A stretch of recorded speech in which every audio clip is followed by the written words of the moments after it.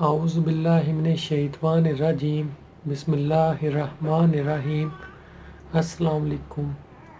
آج میں آپ کے سامنے رزق میں برکت کا وظیفہ بیان کرنے جا رہا ہوں۔ اکثر لوگ پریشان ہوتے ہیں کہ رزق میں برکت نہیں ہے، رزق میں پریشانی آ رہی ہے، تو اس کے لیے یہ وظیفہ بہت ہی اچھا وظیفہ ہے۔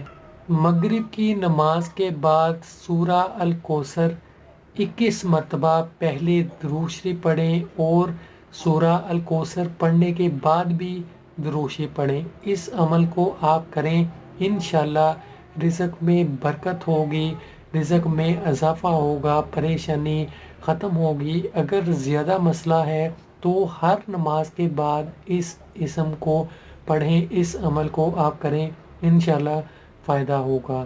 ہم نماز چھوڑ دیتے ہیں، پھر ہم یہ کہتے ہیں ہمارے رزق میں کمی ہے، زندگی میں پریشانیاں ہیں، زندگی میں پریشانیاں اور کاروبار میں برکت نہیں رہتی، ہمارے رزق میں کمی ہو جاتی ہے۔ ان سب کی یہی وجہ ہے، ہم نماز نہیں پڑھتے۔